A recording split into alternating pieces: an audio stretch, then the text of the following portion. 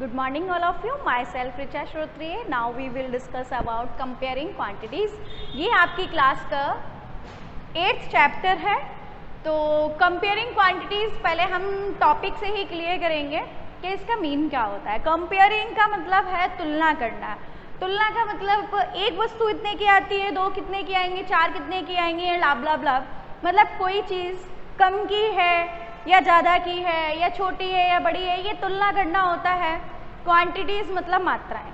ठीक है, तो वो हम ऐसे समझते हैं. पहले टॉपिक को समझ लेंगे. सपोज दैट मेरा ये मार्कर है, ये मार्कर 10 रुपीज़. एक मार्कर जो है ओके ये 10 रुपीज़ का आता है. तो ऐसे मैंने पूछा कि 5 मार्कर्स कितने के आएंगे. ठीक है, 5 मार्कर्स कितने के आएंगे, इसका मतलब है 1 आ रहा है 10 का. 5 1 से ज़्यादा संख्या है, इसका मतलब 10 से भी ज़्यादा संख्या ही रहेगी. तो ये हम पहले यूनिट जब हमने किया था तभी हम क्लियर कर चुके थे यूनिट मेथड में ही, कि यूनिट मेथड कहता है एक वस्तु का मूल्य अगर हमें दिया गया है तो जितनी अधिक वस्तुएं हैं उनका मूल्य उससे अधिक होगा. तो अधिक के लिए हम करते हैं मल्टीप्लाई. तो 10 मल्टीप्लाई बाई 5 50 रुपीज़ का. एक वस्तु थी, यहाँ 5 हो गई, यानी कि 1 की कॉस्ट 10 रुपीज़, 5 की कॉस्ट 10 मल्टीप्लाई 5. तो यहाँ कंपेयर की गई कि एक वस्तु कितने की थी और 5 कितने की थी. ये होता है कंपेयर करना, तुलना करना. ऐसे कई चीज़ों में की जाती है. क्वांटिटीज़ मतलब मात्राएं. जैसे जैसे मात्रा बढ़ती जाएगी वैसे आपकी कॉस्ट की भी मात्रा बढ़ेगी, और जैसे जैसे मात्रा कम होती जाएगी, आर्टिकल्स की मात्रा यानी कि वस्तुओं की मात्रा कम होती जाएगी, उसी प्रकार से कॉस्ट की भी मात्रा कम होती रहेगी. So now let's start our first topic, percentage. Percentage क्या होता है हमने सॉल्व तो किया होगा, बट क्या परसेंटेज का मीन समझे हम. परसेंटेज का मीन होता है पर 100. क्या होता है पर 100. सेंटेज का मतलब होता है सेंट, मतलब सेंचुरी. तो सेंचुरी से भी याद रखेंगे तब भी 100 ही होता है. पर का मतलब एक, यानी कि 1 पे 100. अगर इसी को हम आगे बढ़ाएं तो वो परसेंटेज का साइन भी हमें पता होना चाहिए. क्या साइन होता है, ये होता है. ओके, तो हम ऐसे नहीं समझेंगे. इतना तो क्लियर हुआ कि परसेंटेज का मीन होता है पर 100 और परसेंटेज का साइन ये होता है. बट हम कुछ चीज़ें अपने साथ में लेते हैं, जैसे कि कन्वर्जन ऑफ परसेंटेज, उससे क्लियर कर पाएंगे कि परसेंटेज क्या होता है. तो कन्वर्जन ऑफ परसेंटेज में अगर हम लें तो फर्स्ट टॉपिक है हमारा fraction into percentage. Fraction into percentage. हमारे पास कोई फ्रैक्शन है, सपोज दैट 1/4. मैं मोस्टली 1/4 लेती हूँ. लास्ट टाइम जो भी फ्रैक्शन थी वो 1/4 थी. तो ऐसा नहीं है कि सारे मेथड जो है वो 1/4 पे अप्लाई होते हैं. वो एक हैबिचुअल है जो, और इजी सी फ्रैक्शन है इसलिए आ जाता है. आप इस जगह कोई और भी फ्रैक्शन ले सकते हैं, मैं आपको करके दिखा दूंगी. फ्रैक्शन को परसेंटेज में चेंज करना है. 1/4 दिया है, ऐसे परसेंट हम कैसे बनाएंगे. तो मैं आपको बताती हूँ, फ्रैक्शन से जब हम परसेंटेज में चेंज करते हैं तो मल्टीप्लाई बाय 100. इतना हमें याद रखना है कि जब भी हम फ्रैक्शन से परसेंट बनाएंगे तो मल्टीप्लाई 100 का कर देंगे. तो देखिए 1/4 मल्टीप्लाई बाय 100. 4 से अगर आप इसे डिवाइड करोगे तो ये 25 टाइम्स होगा. अगर आप देखेंगे तो 25 बनसा होता है 25. दैट्स मीन ये परसेंटेज आई 25. 1/4 पार्ट किसी भी फ्रैक्शन के लिए 25% शो करता है. मैंने कहा था कि कोई एक और फ्रैक्शन हम लेके देखेंगे ताकि आपके दिमाग में ये कन्फ्यूज़न नहीं जाए कि मैम 1/4 ही लेती हैं तो हर मेथड जो है वो 1/4 पे अप्लाई होने वाला है. कोई और फ्रैक्शन ले लेते हैं. सपोज दैट वो फ्रैक्शन है 2/5. इसे जब हम शो करेंगे तो मल्टीप्लाई बाय 100. 5 से ये डिविजिबल हो जाएगा 20 टाइम्स, और अगर आप 20 का 2 का मल्टीप्लाई करते हैं तो 22 से होता है 40. तो ये परसेंट बन जाएगी आपकी 40. दैट्स मीन किसी भी फ्रैक्शन का या किसी भी आर्टिकल का अगर आप 2/5 पार्ट लेते हैं, दैट्स मीन 2/5 फ्रैक्शन का यूज़ करते हैं, तो वो परसेंटेज में 40% यूज़ हो रहा है। तो यहाँ हमें क्लियर हुआ फ्रैक्शन से हम जब परसेंट में चेंज करेंगे तो 100 से मल्टीप्लाई कर देंगे। 100 से मल्टीप्लाई करने पर आपके आंसर्स आपको मिल जाएंगे, दैट्स मीन परसेंटेज मिल जाएगी। सेकंड अगर हम अपना कन्वर्जन देखें तो सेकंड हमारा कन्वर्जन है, यहाँ कर लेते हैं हम लोग। सेकंड हमारा कन्वर्जन है decimal into percent. Suppose that decimal into percentage, मैं यहाँ साइन बना देती हूँ, वैसे यहाँ जल्दी मैं कर रही हूँ ये सब कुछ, यहाँ परसेंटेज लिखा जाएगा। सपोज दैट हमारे पास क्या है, कोई डेसिमल नंबर है 2.5, इसे हम डेसिमल को परसेंट में कैसे चेंज करेंगे। तो मैंने आपको पहले बताया और प्रीवियस क्लासेस में भी आपने देखा होगा कि जब भी डेसिमल को फ्रैक्शन में लिखते हैं तो पहले जो नंबर दिया है उसे विदाउट डेसिमल हम नोट डाउन कर लेते हैं सेम। ये 2.5 है, अगर हम इसका डेसिमल यूज़ ना करें तो ये 25 हो जाएगा। अपॉन में 1 डिजिट के बाद डेसिमल यूज़ हुआ है, दैट्स मीन 10 रहेगा, तो ये हो जाएगा 25/10। जब फ्रैक्शन बन गई तो हमने सीख ही लिया है फ्रैक्शन से परसेंटेज कैसे बनाते हैं। फ्रैक्शन से परसेंटेज बनाने के लिए मल्टीप्लाई बाय 100। जब हमने डेसिमल से फ्रैक्शन बना ली तो मल्टीप्लाई कर देंगे 100 से, 10 से ये कैंसिल होगा 10 टाइम, 25 का अगर हम 10 में मल्टीप्लाई करते हैं तो आएगा 250 परसेंटेज। ओके, एक बार फिर से देखेंगे, डेसिमल से जब भी हम परसेंट चेंज करेंगे तो पहले हम उसे फ्रैक्शन बनाएंगे, फ्रैक्शन से परसेंटेज में चेंज करने के लिए मल्टीप्लाई बाई 100 करते हैं, तो वो कर देंगे, देन परसेंटेज हमारे पास आ जाएगी। नेक्स्ट, ये हमारे टॉपिक क्लियर हो चुके हैं। थर्ड है कन्वर्जन में ही परसेंटेज इनटू फ्रैक्शन। अब हमें परसेंटेज दी हुई है, उसे हमें फ्रैक्शन में चेंज करना है। एक बार फिर से बात को समझ लें, हमारे पास फ्रैक्शन दी हुई थी, हमने परसेंटेज में चेंज किया। फ्रैक्शन जब दी गई हो और परसेंटेज में चेंज करना हो तो मल्टीप्लाई बाय 100। जब डेसिमल दिया गया हो तो डेसिमल से पहले फ्रैक्शन बनाएंगे और फ्रैक्शन से परसेंटेज बनाने के लिए मल्टीप्लाई बाय 100। अब थोड़ा सा वो अपोजिट हो गया है, अभी तक हमसे परसेंटेज पूछी जा रही थी, अब परसेंटेज दी हुई है, फ्रैक्शन पूछी जा रही है। तो हम क्या करेंगे, सपोज दैट कोई परसेंटेज दी हुई है, मान लीजिए 25% ही दी हुई है, हमें ये परसेंट दी है, इसे हमें फ्रैक्शन बनाना है। तो जब फ्रैक्शन बनाना हो तो हमें याद रखना है डिवाइड बाई 100। फ्रैक्शन से परसेंटेज बनाने के लिए मल्टीप्लाई बाई 100 और परसेंटेज से फ्रैक्शन बनाने के लिए डिवाइड बाई 100। डिवाइड का मतलब होता है अपॉन, अपॉन में 100 करेंगे। अच्छा, ये कंफ्यूजन अगर हमारे दिमाग में आता है कि कब हमें मल्टीप्लाई करना है और कब हमें डिवाइड करना है, तो हम याद रखेंगे कि जब फ्रैक्शन बनवाने के लिए हमसे कहा जाए, यानी कि फ्रैक्शन में कन्वर्ट करने के लिए बोला जाए, तो हमें ये पता है कि फ्रैक्शन में न्यूमरेटर भी होता है और डिनोमिनेटर भी होता है। हमारे पास परसेंटेज है 25%, इसका डिनोमिनेटर जब हमें चाहिए तो कुछ ना कुछ हम लेंगे। इसका मतलब है परसेंटेज दिए तो 100 ही लेंगे, क्योंकि मैं सेंट का मतलब 100 बता चुकी हूँ, तो अपॉन में 100, क्योंकि न्यूमरेटर है हमारे पास, तो डिवाइड बाई 100। इसे आप कैंसिल करोगे, 25 1 जा 25, 4 जा 100। अगर ऐसे नहीं कर सकते तो आप 5 से भी कर सकते हैं, क्योंकि न्यूमरेटर भी आपका 5 से डिविजिबल है और डिनोमिनेटर भी 5 से डिविजिबल है, तो आपके पास फ्रैक्शन आ जाएगी 1/4। Is that clear? इस जगह हो सकता है आपको कोई परसेंटेज दी हो 75%। अब हम क्या करेंगे, हम ये सोचेंगे न्यूमरेटर है हमारे पास, मतलब 75 है, डिवाइड बाई 100 डिनोमिनेटर बनाने के लिए। जब आप इससे कैंसिल करोगे तो 25 3 जा होता है 75, 25 4 जा होता है 100। दैट्स मीन ये आपकी फ्रैक्शन बन के आ जाएगी 3/4।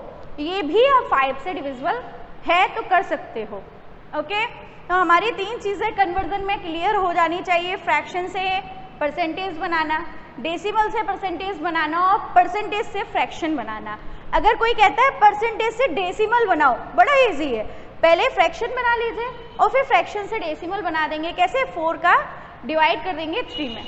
Is that clear?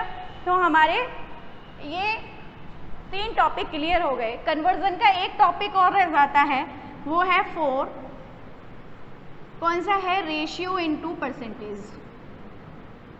जब हमारे पास रेशियो दिया हुआ है, रेशियो तो हम देखेंगे, हो सकता है हमारे पास रेशियो दिया हो 3:1। अगर हमसे 3:1 ईच पार्ट की परसेंटेज बोलेगा, क्या? ईच पार्ट मतलब जितने पार्ट हैं उनकी हर किसी की अलग अलग आपको क्या बतानी है? परसेंटेज बतानी है। तो हम करेंगे 3, क्योंकि पहले इसे फ्रैक्शन में चेंज करना है। तो फ्रैक्शन में चेंज करने के लिए हमें एक चीज़ क्लियर होनी चाहिए, फ्रैक्शन में बेटा जो डिनोमिनेटर होता है वो ऑलवेज टोटल नंबर होता है, टोटल नंबर ऑफ पार्ट्स, मतलब उसके टोटल नंबर कितने हैं। तो हम यहाँ पर जो फ्रैक्शन करेंगे वो 3 + 1 दैट्स मीन 4, इसका डिनोमिनेटर 4 हो जाएगा। तो हम ये कह सकते हैं ये जो फ्रैक्शन बनी वो 3/4 बनी। किसके लिए? इस पार्ट के लिए। फ्रैक्शन हो गई। फ्रैक्शन से जब परसेंटेज बनाते हैं तो मल्टीप्लाई बाई 100, 4 से 100 को कैंसिल करेंगे 25 और 3 में मल्टीप्लाई करेंगे तो 75। दैट्स मीन रेशियो का जो ये फर्स्ट पार्ट था जैसे 3 से शो किया जा रहा है वो क्या होगा बेटा? 75% होगा। अगर सेकंड पार्ट की हम बात करें, उसकी परसेंटेज निकालते हैं तो 1/4, अपॉन में 4 क्यों रहेगा? क्योंकि टोटल रहता है हमेशा डिनोमिनेटर, मल्टीप्लाई 100, 4 से इसे कैंसिल करेंगे तो 25 बन जा 25, दैट्स मीन 25%। ये 25% आपकी हो गई। तो फर्स्ट पार्ट आपका था 3 से अगर आप देखते हैं तो 75 डिग्री है और अगर 1 से देखते हैं तो ये 25 डिग्री है। इस तरीके से कन्वर्जन के आपके 4 सब टॉपिक थे। फर्स्ट था fraction into percentage, next is decimal into percentage, third is percentage into fraction and last is ratio into percentage. तो परसेंटेज का आई होप सभी को ये टॉपिक क्लियर हो गया होगा। फिर भी अगर कहीं कोई डाउट रहता है तो वीडियो को रिवर्स करके देखें, आपके समझ में आ जाएगा। उसके बाद भी अगर कहीं कोई डाउट रह जाता है या कोई कन्फ्यूज़न रह जाता है तो वीडियो में आप नीचे मेंशन कर सकते हैं, अदरवाइज आप पर्सनली किसी भी तरीके से इस कन्फ्यूज़न को दूर कर सकते हैं। Our next topic is percentage of anything. तो यहीं से समझ लेते हैं परसेंटेज ऑफ एनीथिंग क्या होता है। Let's start. Percentage of anything topic से ही लेना स्टार्ट करते हैं। टॉपिक है परसेंटेज, तो हम कोई भी परसेंटेज ले लेते हैं 25% ऑफ एनीथिंग। ऑफ एनीथिंग का मतलब है, मैं कर सकती हूँ इसे 500 ले लेते हैं, 500। ओके, इसे चेंज कैसे करेंगे? तो मैथ्स में if you have the word of between 2 numbers then we use multiply sign। अगर दो संख्याओं के बीच में हम ऑफ देखते हैं तो वहां पर हम मल्टीप्लाई साइन का यूज कर सकते हैं। अपॉन 100, 0 से 0 कैंसिल होता है एंड सेकंड से सेकंड 0 कैंसिल होगा, तो आपके पास क्या बचा है? यहाँ 1, यहाँ 25 मल्टीप्लाई 5, 25 5 से होता है 125 अपॉन 1। तो किसी के भी अपॉन में 1 नहीं मेंशन करते हैं, वो भी इसलिए क्योंकि जैसा मैंने बताया किसी के अपॉन दैट्स मीन डिनोमिनेटर में टोटल पार्ट्स होते हैं। अगर यहाँ हम टोटल पार्ट्स जो हैं इसके 1 ये मेंशन कर देते हैं, दैट्स मीन 125 का केवल एक पार्ट। तो ये क्लियर है, 125 का केवल एक पार्ट का मतलब 125 होगा, तो आपका आंसर आ गया 125। ये होता है percentage of anything. Okay, percentage तो जो शो करी जा रही है आपको वो ऑफ की जगह ऑफ एनीथिंग जो भी है 500 अगर रुपीज़ हैं तो आपका आंसर रुपीज़ में आ जाएगा। ओके, कभी कभी थोड़ा सा कंफ्यूज करने के लिए बोल दिया जाता है 25% या थोड़ा छोटा सा नंबर ले लीजिए 5% ऑफ 8 इज 600। 5% तो सेम हम मेंशन कर लेते हैं, ऑफ की जगह मल्टीप्लाई। ये इट क्या है? इट मतलब होल क्वांटिटी। होल क्वांटिटी यहाँ 500 दी थी बट यहाँ नहीं दी है, तो suppose that x, let's the whole quantity मतलब x, तो हम यहाँ x को मेंशन कर लेंगे अपॉन 100 इज 600। इसका मतलब इज इक्वल टू, ओके, इसे आप कैंसिल कर सकते हो, 5 से ये कैंसिल करोगे 5 1 जा 5, ये कैंसिल करोगे 20, ऊपर रह गया 1 multiply by x, that's mean x upon 20 is equal to 600। x is equal to, ये अपॉन में है उधर मल्टीप्लाई में जाएगा तो 600 मल्टीप्लाई 20, 6 2 12, 1 2 3 30, दैट्स मीन 12,000। अगर ये रुपीज़ थे तो ये रुपीज़ हो जाएंगे, या जो भी इसकी यूनिट थी वो इसकी यूनिट हो जाएगी। तो हमें ये भी ध्यान रखना है ऑफ इट है, दैट्स मीन वो होल क्वांटिटी है। ऑफ के बाद ये नंबर है तो ये होल क्वांटिटी है, तो जो भी उसकी होल क्वांटिटी होगी उसी से कंपेयर करेंगे। ओके, तो हमारा ये टॉपिक भी क्लियर होता है। 4 टॉपिक है कॉस्ट। तो कॉस्ट में आपको थोड़ा सा स्टार्टिंग में बता चुकी थी, थोड़ा और डीपली क्लियर कर लेते हैं। कॉस्ट, कॉस्ट मीन्स होता है मूल्य। तो मूल्य भी 2 प्रकार के होते हैं। अगर हिंदी में हम देखें तो क्रय मूल्य और दूसरा होता है विक्रय मूल्य। क्रय मूल्य मतलब जिस मूल्य पर हमने कोई वस्तु खरीदी है, विक्रय मूल्य जिस मूल्य पर कोई वस्तु बेची गई है। जब कोई वस्तु खरीदते हैं या बेचते हैं तो वहाँ फायदा या नुकसान भी होता है, तो वो लाभ या हानि आपको शो करेगा। अगर हम इंग्लिश में देखें तो जिस मूल्य पर वस्तु खरीदी जाती है वो आपका होता है CP, that's mean cost price. Okay, और जिस मूल्य पर वस्तु बेची जाती है वो होता है आपका सेलिंग प्राइस। कॉस्ट प्राइस क्या है? जिस मूल्य पर परचेज की जा रही है। सेलिंग प्राइस है इस पर सेल की जा रही है। ये क्लियर होना चाहिए। सपोज दैट मैंने ये मार्कर खरीदा या कोई भी एक पेन खरीदा, तो जब मैंने ये पेन खरीदा होगा, मैं भी तो कोई भी शॉपकीपर है तो किसी भी चीज़ को तब सेल करता है, तब बेचता है जब वो कहीं से खरीद लेता है। शॉपकीपर भी तो कहीं से खरीद के लाता होगा।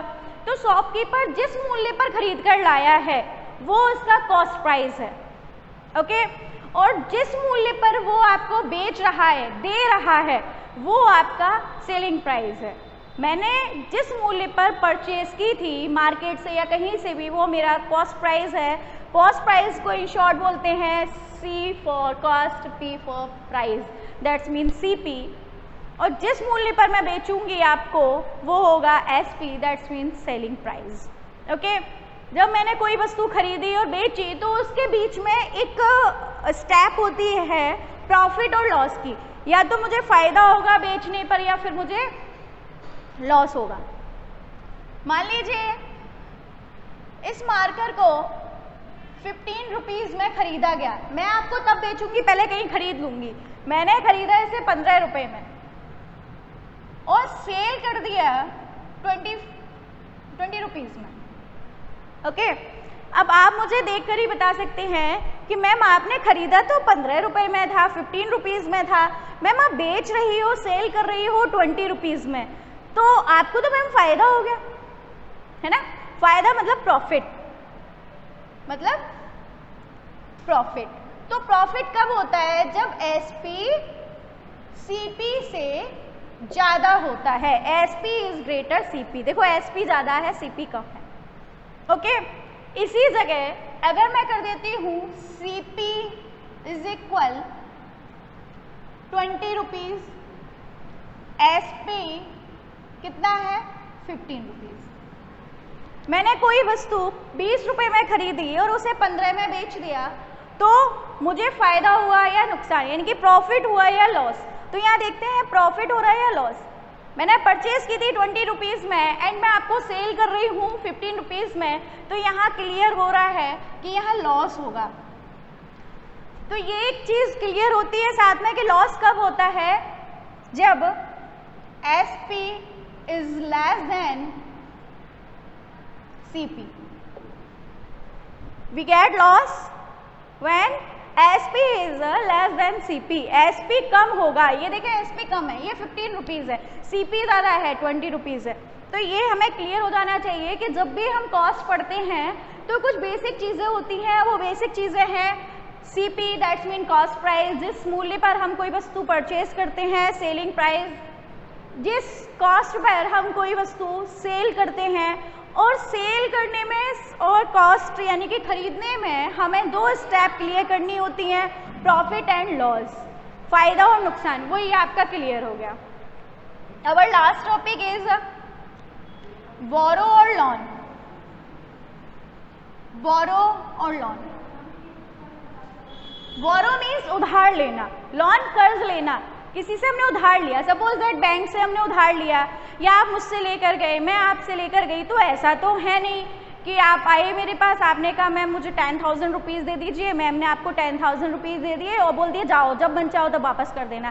दैट्स इम्पॉसिबल, ऐसा तो हो नहीं सकता। मैं आपको अगर 1 साल के लिए, 2 साल के लिए, कितनी भी समय के लिए कुछ रुपए दे रही हूँ, उसका मतलब है मैं किसी न किसी फ़ायदे की सोच कर दे रही हूँ, वो मैं प्रॉफिट सोच रही हूँ। प्रॉफिट किसी भी परसेंट के अकॉर्डिंग लगाया जाता है कि सपोज दैट आप मुझसे 10,000 लेकर गए और आप मुझे वापस करके जाएंगे तो क्या होगा, 10,500 हो जाएंगे, सपोज दैट किसी भी परसेंट पे। तो वो होता है बोरो करना। बोरो मतलब किसी से उधार लेना। आप जो रुपए लेकर जाते हैं, जो धन लेकर जाते हैं, उसे कहते हैं प्रिंसिपल। ठीक है, जो आपने बोरो किया है, जिस परसेंट पे आपने किया है उसे बोलते हैं R, मतलब रेट। कोई ना कोई परसेंट रही होगी। जितने समय के लिए लिया है उसे बोलते हैं टाइम। ओके। और इंटरेस्ट एक चीज होती है, इंटरेस्ट का मतलब एक्स्ट्रा मनी। आप मुझसे 10,000 रुपीज़ लेकर गए एंड मुझे वापस करने आ रहे हैं 10,500, तो इसमें जो एक्स्ट्रा मनी है वो आपका इंटरेस्ट कहलाएगा। एंड इंटरेस्ट दैट्स मीन होता है एक्स्ट्रा मनी। ओके। और अमाउंट होता है जो आप मुझे वापस करके जाएंगे, मतलब टोटल मनी। 10,000 रुपीज़ लेके गए वो आपका प्रिंसिपल हो गया, 1 साल के लिए, 2 साल के लिए लेकर गए वो आपका टाइम हो गया, जो भी परसेंटेज है वो आपका रेट हो गया। 10,500 आप वापस करके गए तो 500 इसमें एक्स्ट्रा मनी है, तो ये इंटरेस्ट हो गया। आप मुझे टोटल वापस कर रहे हैं 10,500 रुपीज़, तो 10,500 रुपीज़ क्या हो गया, अमाउंट हो गया। तो इसे इंटरेस्ट निकालने का एक फॉर्मूला होता है, अब वो भी सिंपल इंटरेस्ट। ये जो हम बात कर रहे हैं वो फॉर SI यानी कि सिंपल इंटरेस्ट की बात कर रहे हैं, क्योंकि इंटरेस्ट 2 प्रकार का होता है, एक सिंपल इंटरेस्ट, एक कंपाउंड इंटरेस्ट। तो कंपाउंड इंटरेस्ट की हम बाद में बात करेंगे। सिंपल इंटरेस्ट का फॉर्मूला होता है P × R × T अपॉन 100। इससे आप इंटरेस्ट पता कर सकते हैं, यानी कि ब्याज पता कर सकते हैं कि आप पर कितनी ब्याज लग गई या एक्स्ट्रा मनी आपका कितना।